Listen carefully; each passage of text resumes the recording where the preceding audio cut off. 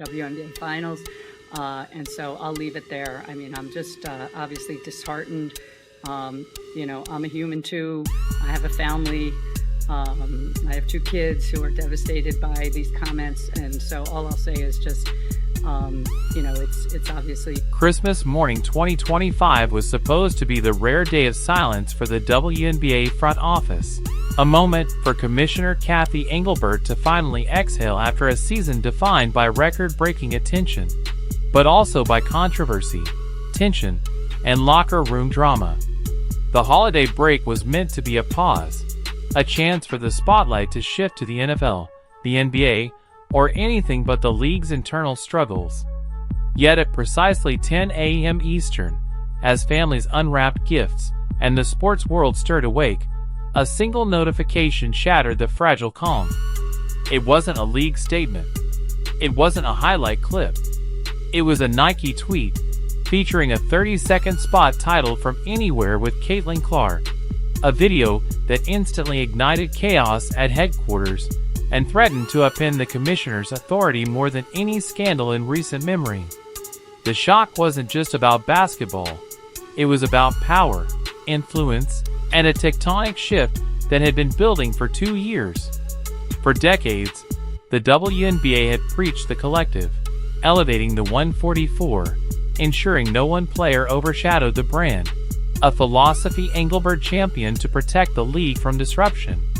But in that brief commercial, all of that carefully curated control seemed to fracture, revealing just how much the game and its narratives were evolving. When that commercial dropped on Christmas morning, it wasn't just an ad, it was a cinematic declaration. High-budget visuals, A-list cameos from Travis Scott and the Kelsey brothers, and a trailer-like swagger smashed the league's carefully curated philosophy. The message was unmistakable. There is no 144. There is Caitlin Clark, and then there is everyone else.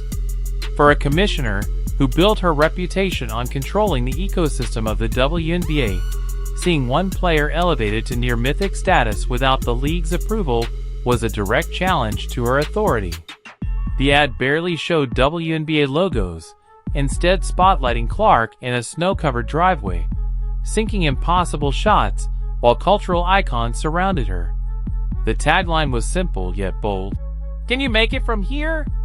"From anywhere," Clark answers, positioning herself as a phenomenon beyond basketball. Insiders say Engelbert saw this as a rogue strike. Typically, the league coordinates with partners like Nike to ensure the WNBA brand rises. But here Nike flexed its power, signaling they didn't need the league, they only needed Clark. The timing cut deeper. Mere weeks earlier, the sports world buzzed over the launch of the new 3&3 League, the equity-driven, player-led off-season initiative from Breanna Stewart and Nafi Saker, meant to retain talent domestically and reward veteran players. The WNBA backed it publicly, even courting Clark relentlessly, yet Nike's ad made clear the reality. Clark had outgrown the league, and the corporate world knew it. Leaked reports revealed that Clark was offered over $1 million for just a few weeks of work, a historic, messy level some far beyond her WNBA salary. And what did she do? She said no. She declined the money, the exposure, and the hype, choosing instead to rest, play golf, and step away from the spotlight, or so everyone assumed. But then From Anywhere dropped on Christmas Day, right as the unrivaled league was trying to build momentum for its January tip-off, and it landed like a strategic ambush. The old guard painted her refusal as a misstep, claiming she was harming the growth of the game. But the numbers told a different story. Within 24 hours, Clark's 30-second spot had 6 times more views than the entire unrivaled launch campaign, publicly humiliating the establishment and proving that the league didn't need her. She defined the narrative, not them. For Commissioner Engelbert, watching her meticulously planned off-season strategy crushed by a single shoe commercial was a nightmare, underscoring that fans weren't loyal to women's basketball. They were loyal to Caitlin Clark. It exposed the limits of her authority, revealing the impossible challenge of managing a player who holds the keys to the kingdom. And financially, it was humiliating.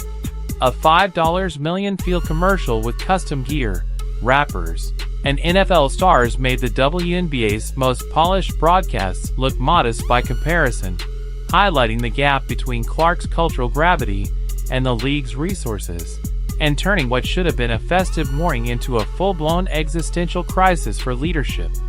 It reminds every viewer that Clark is making millions from Nike, Gatorade, and State Farm, while the league she actually plays for pays her a rookie salary that frankly wouldn't cover the catering budget for that commercial shoot. This is a PR nightmare for Engelbert.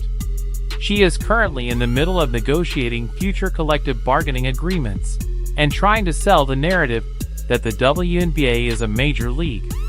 But every time this ad airs during an NBA game or an NFL playoff game, it screams the opposite. It screams that the real money is outside the league. It empowers the Players Association to point at the screen and say, "Look at that. Look at the value she is generating.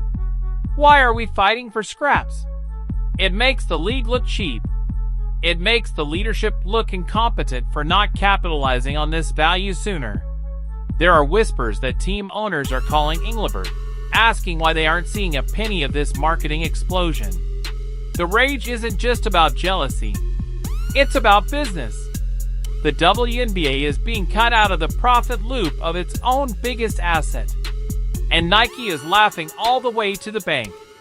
However, the most dangerous fallout from this commercial is happening inside the locker rooms, and this is where the commissioner's anxiety is likely at its peak. We have to talk about the A. Wilson factor. A. Wilson is a 3-time MVP, a champion, and by all traditional metrics, the best player in the world right now. She also has a deal with Nike. She also had a commercial released recently. But the internet is a cruel place, and the side-by-side comparison started flying the second Clark's ad dropped. Fans and analysts immediately pointed out the difference in quality. Clark's ad was cinematic, moody, and high budget.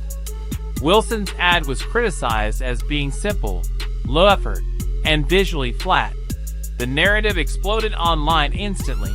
Nike was sabotaging the unrivaled league to elevate Caitlin Clark. Whether true or not didn't matter. Perception was everything, and for Commissioner Engelbert, this commercial carved a chasm between the league's top stars and their camps.